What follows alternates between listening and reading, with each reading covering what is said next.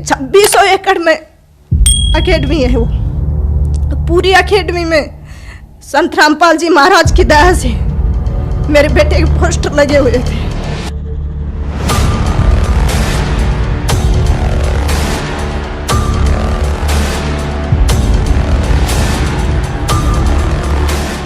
जहाँ भी देखें लेफ्टिनेंट केवल कृष्ण की आवाज।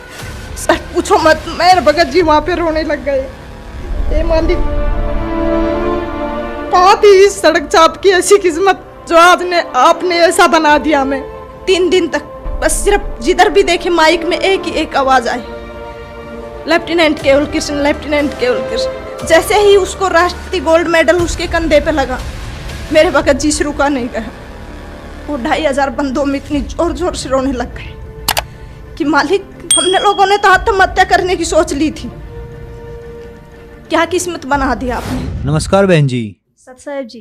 क्या नाम है बहन जी आपका? जी मेरा नाम रामकला है, दुगेड़ा गांव, तहसील भैरोड, डिस्ट्रिक्ट अलवर, राजस्थान। संत रामपाल जी महाराज की शरण में आने से पहले आप क्या भक्ति साधना करते थे? जी मैं तो दुर्गा माँ की पूजा करती थी।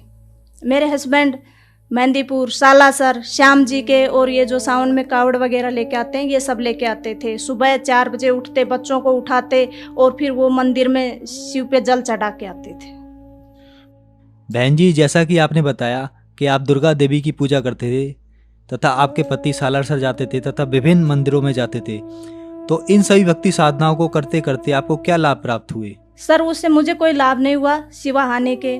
जैसे वो सभी देवी देवताओं की पूजा करते थे, शिव को जल चढ़ाते थे, उसके बाद भी उनका एक्सीडेंट हो गया, और एक्सीडेंट भी बहुत बुरा कि उनकी याददाश्त, मेमोरी सब कुछ चला गया उस दौरान। फिर किसी पंडित जी ने बताया उनको कि भाई तुम लोग इनको जो बजरंगबली है ना, इनको मंगलवार और शनिवार को सिंदूर लगा के आया करो। तो हमारे पास में सिटी है भैरोड, वो लोग वहाँ पे जाते सिंदूर लेके और तेल और सिंदूर मिला के उसको पूरे को लेप करके आते ऐसे। फिर भी उनको कोई लाभ नहीं हुआ, याददाश्त चली गई उनकी, बोलते नहीं थे। सिर्फ इतना बोलते थे कि मैं और मेरे दोनों बच्चे उसकी भाषा को समझ सकते थे, बाकी कोई नहीं। अनजान लोग तो उनको शराबी बोलते थे, हालांकि उसने कभी नशा नहीं किया। तो सर उनके एक्सीडेंट के बाद हमारे कमाने वाला कोई था नहीं और कंडीशन बहुत ख़राब हो गई थी। 1.5 साल तक हम लोग जयपुर SMS के चक्कर काटते रहे। डॉक्टरों ने कहा कि भाई इनकी याददाश्त आ भी सकती है, नहीं भी आएगी। हमने कहा चलो छोड़, भगवान जो करता है जो अच्छा ही करता है। फिर क्या हुआ कि हालत इतनी ख़राब हो गई, जो भी थोड़ा बहुत पैसा था हमारे पास, ज़मीन जायदाद है नहीं, वो उनकी बीमारी में लग गई। बच्चों को पढ़ाने के लिए हमारे पास कुछ था नहीं, सरकारी स्कूल में बच्चे जाते थे। हमें एक तरह से सड़क पर आ गए थे, हमारे पास खाने पीने के लिए कुछ भी नहीं था। जैसे तैसे करके हम लोग अपना काम चलाते थे। बहुत बुरी कंडीशन हो गई थी, किसी से उधार मांगते कोई देता भी नहीं था। सब लोग बोलते थे कहाँ से देगा, ये तो पागल हो गया, मेंटल हो गया। और हकीकत में मेंटल हो गया था वो, क्योंकि याददाश्त चली गई थी उनकी। डॉक्टरों ने मना कर दिया था कि नहीं बोलेगा ये। फिर उसके बाद एक पंडित ने उसको बताया कि इसको कुत्ता और खाएगा। हकीकत में ऐसा ही हुआ, कुत्ता भी खा गया उसको। तो मैं उस पंडित के पास दोबारा गई। उससे पहले मैं पंडित लोगों को नहीं मानती थी। दुर्गा को तो मैंने उसी दिन छोड़ दिया था जिस दिन उसका एक्सीडेंट हुआ था। अगर माँ होती कहीं पे, दुर्गा माँ होती, तो इनका एक्सीडेंट नहीं होता आज, और वो भी मैंने नवरात्रा कर रखे हैं उस दौरान। फिर क्या हुआ, पंडित ने कहा कि भाई इस पे 7.5 की दशा है शनि की, आप लोग ऐसा करो कि इसको गुलाल लगाओ बजरंगबली को। मैंने कहा ठीक है भाई लगाते हैं। उसके बाद वो गुलाल लगाने लग गए। करीब 6-7 महीने तक लगातार लगाया। फिर मैं पंडित के पास गई, मैंने कहा कि अब क्या है? उसने कहा कि आपकी 7.5 है। मैंने कहा कि कम से कम 7 तो बोल दे, 6 महीने तो हो गए हमें, ये जाएगी या नहीं? पर जब भी मैं उसके पास जाती वो 7.5 ही गाता रहता। संत रामपाल जी महाराज की शरण में आप कैसे आए? जी मेरे हस्बैंड जब बजरंगबली को गुलाल लगाने जाते थे तो उनको एक फरीदाबाद का कोई भगत जी मिला भैरोड में। उसने कहा कि आप ये क्या करते हो? तो मेरे हस्बैंड ने कहा भी मैं बजरंगबली को गुलाल लगाता हूँ, मेरे को पंडित लोगों ने बताया। उसने कहा इन सब के चक्कर छोड़ो, पंडित वंडित कोई सही नहीं बताता, आप एक काम करो मेरे गुरुजी से नाम ले लो। तो मेरे हस्बैंड ने कहा कि कौन है तुम्हारे गुरु? उसने कहा संत रामपाल जी महाराज। और वो फिलहाल करोथा कांड हुआ था, उस दौरान वो जेल में थे। तो उसने कहा कि गुरुजी इस टाइम है नहीं, वो जेल में गए हुए।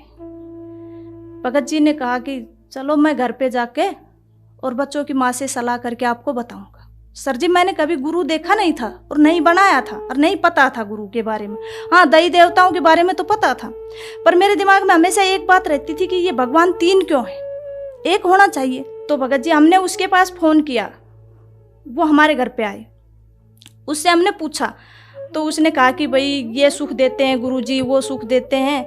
उससे पहले मुझे गुरु के महत्व का नहीं पता था, गुरु क्या होता है। तो सर उसने कहा कि संत रामपाल जी महाराज अभी है नहीं और आएंगे तब हम आपको नाम दिला देंगे। तो जैसे ही संत रामपाल जी महाराज आए, वो भगत जी हम लोगों को वहां पे लेके गया। उसके बाद जैसे ही हमने नाम लिया तो हम हर 15 दिन में सत्संग में जाने लगे। तो धीरे धीरे धीरे धीरे मालिक की, परमात्मा संत रामपाल जी महाराज की दया होने लगी हम लोगों पे। बहन जी, जैसा कि आपने बताया, आप देवी दुर्गा की पूजा करते थे, आपके पति सालासर जाते थे, व विभिन्न मंदिरों में जाते थे, जिससे आपको कोई लाभ नहीं मिला। आपकी आर्थिक स्थिति बिगड़ गई तथा आप सड़क पर आ गए।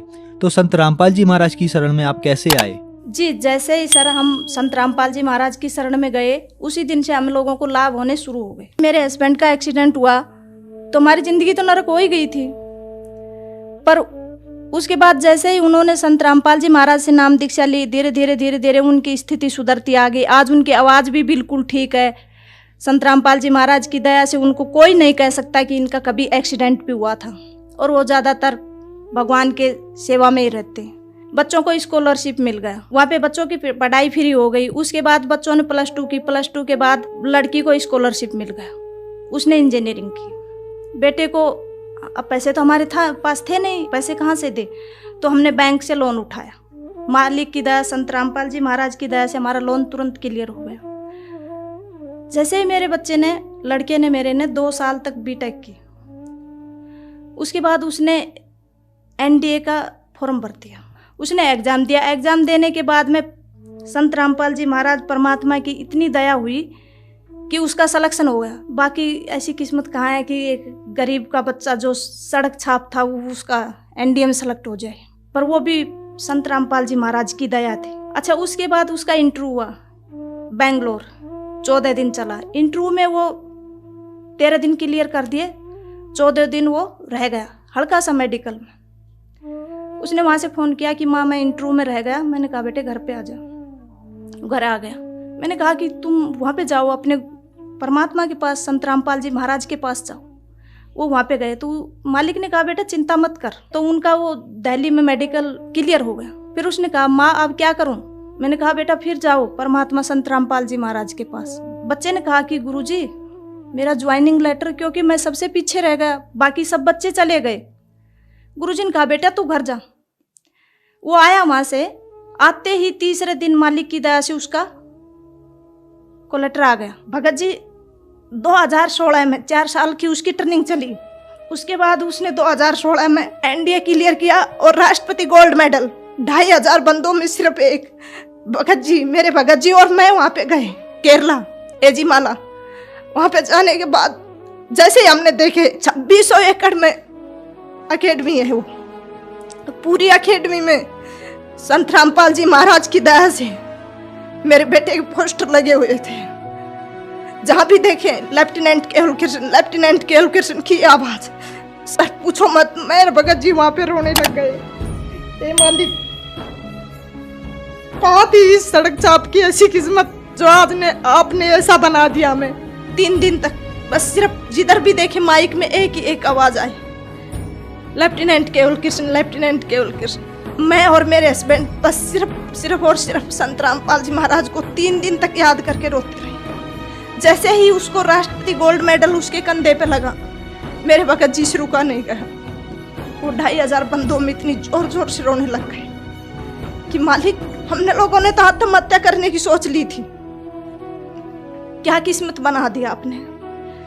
सर आज मैं मेरे गांव में सबसे ज्यादा खुश नसीब हूँ, क्योंकि मेरे साथ भगवान है, मेरे परमात्मा है। और शायद मैं ये कहूँगी कि मेरी झोली छोटी पड़ गई, परमात्मा ने मुझे इतना दे दिया। उम्मीद नहीं थी, नहीं मेरी किस्मत इतनी अच्छी नहीं थी कि भगवान मुझे इतना दे देगा। मालिक की दया से एक साइकिल नहीं थी, आज बंदी छोड़ सतगुरु रामपाल जी महाराज की दया से 3-3 गाड़ियां खड़ी हैं घर में, और इतना कर्जा हो गया था कि जिसकी कोई हद नहीं।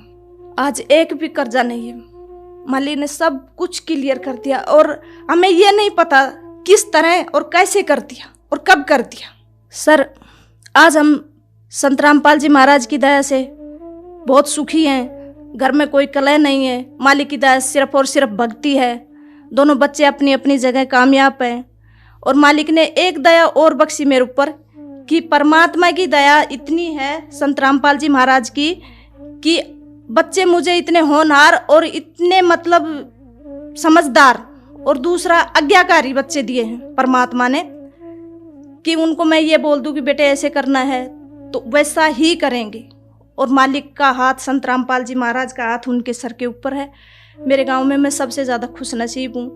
भगवान ने मुझे बहुत कुछ दिया है, जितना मैं कभी उम्मीद नहीं की थी, इतना कि शायद मेरी किस्मत ऐसी हो सकती है।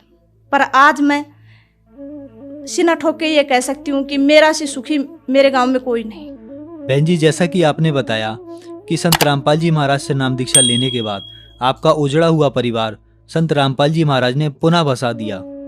आपके ही जैसे संसार में बहुत सारे दुखी लोग हैं, तो आप भक्त समाज को और उन दुखी लोगों को क्या संदेश देना चाहते हैं? मेरे जो अगल बगल में लोग हैं सभी ये चैनल देखते हैं, सत्संग वगैरह देखते हैं, उनसे मैं खासकर प्रार्थना करना चाहती हूँ कि उनको तो मेरी स्थिति का, मेरी कंडीशन का अच्छे तरीके से पता है।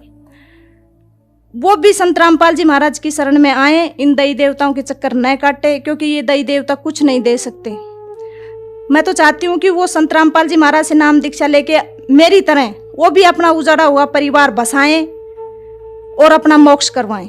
बहन जी, संत रामपाल जी महाराज अभी जेल में हैं, तो कोई श्रद्धालु अगर संत रामपाल जी महाराज से नाम दीक्षा लेना चाहे तो वह कैसे नाम दीक्षा ले सकता है? सर, संत रामपाल जी महाराज की दया से विभिन्न चैनलों पे संत रामपाल जी महाराज का सत्संग चल रहा है, और उसके नीचे जो पट्टी चलती है उस पे फोन नंबर दिए गए हैं, वहाँ से नंबर नोट करो और संत रामपाल जी महाराज का जो नज़दीकी नामदान सेंटर है वहाँ पे जाइए और नाम दीक्षा लेके अपना मोक्ष कराइए।